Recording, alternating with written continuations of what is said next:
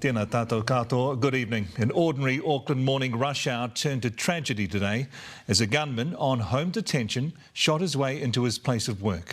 The armed man was eventually shot dead by police, but not before killing 2 colleagues, injuring an officer, several civilians and sending the city centre into lockdown. Those who made it out recounted the chaos and terror as innocent people sprinted from the scene. Nick Trubridge reports from downtown Auckland. A deadly shootout in the heart of our biggest city. Civilians ordered to flee, officers storm the site as construction workers stuck in the building above hide from a colleague on a killing spree. At 7:22 a.m, police received multiple emergency calls with reports of a person discharging a firearm from inside the 3rd floor of a building under construction at the bottom of Queen Street. The offender made his way up through the building site, discharging his firearm on multiple occasions. Police entered the building within 10 minutes. This was the man they encountered, 24-year-old Matu Reid, who showed up at work with a shotgun and opened fire on fellow workers. It's with deep sorrow that I can confirm that 2 people have been killed. At this stage, I'm aware that 6 others have been injured, including police. Reid was recently sentenced to home detention on multiple violence charges. Today's rampage coming to an end after he was cornered by officers. At around 8 a.m, our armed offenders squad, supported by a special tactics group, located the offender inside a lift shaft where he had barricaded himself and attempted to engage him, having secured the floors above and below. Then this. High-powered rounds echoing through the city as Reid exchanged fire with officers who later found him dead.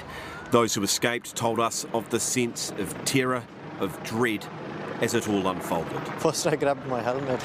I know it's not gonna work, but yeah, the first thing I did was I just grabbed my helmet and I just wanted to everybody come out and then we leave as well. David works in traffic management near the scene. He vividly recalls his colleagues' emotions as they fled. They were really scared for their life. They say they've seen a man with a shotgun in his hand and he was aiming for people. National's police spokesman, a former frontline officer, painted a picture of what those who ran into the building would have faced. It's almost the worst scenario that they could have put in front of them. You had a very big building with multiple floors, you had an active shooter.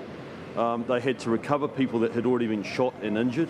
They were conscious of the fact that there was people in there that could have been taken hostage and there were shots being fired as they arrived on scene. Many people were able to escape the building, but I know that for those who hid or remained trapped, this was a terrifying experience. Meanwhile, officers outside tried to shield those just starting their day when they walked into this. My stomach dropped to the ground, but I also had a bit of adrenaline as well. Bang, bang, bang, bang, bang. Multiple shots rolled out, and then the cops just freaked out. They started just yelling, screaming, run, run, get behind something hard. Running for cover as a shooter ran riot. Well, Nick joins us now. Kia ora, Nick. You've just received some new information about Matu Reid's background.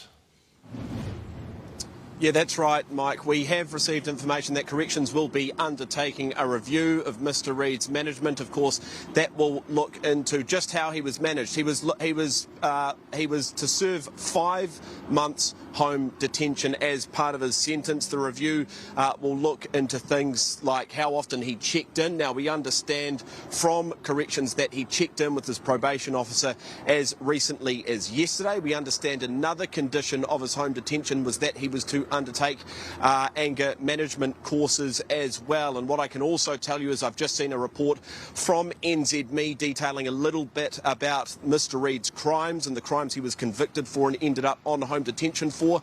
The sentencing notes from what he was sentenced for show that he threatened to take out his partner's family. Now, that is some background new to us that we've just got in tonight via NZME, but of course there will be plenty of talk around motive as well, and we asked Andrew Costa about that tonight. He said as far as he knows there is some connection to Mr. Reid's work, but he wouldn't go into anything more than that. And that is really the latest from here, Mike. Of course, as you mentioned, a scene guard still behind us. That will remain in place. Police have said that they believe up to 70 people witnessed what happened there. So now, of course, they will be going through interviews. There will be a lot of discussion, not just around who gets home detention, but also around, for those who do get it, who gets those conditions, such as being able to come and work at a place like this. We know in this case that that has had tragic circumstances this morning. Mike. Nick Trubridge live from downtown Auckland. Tēnā koe.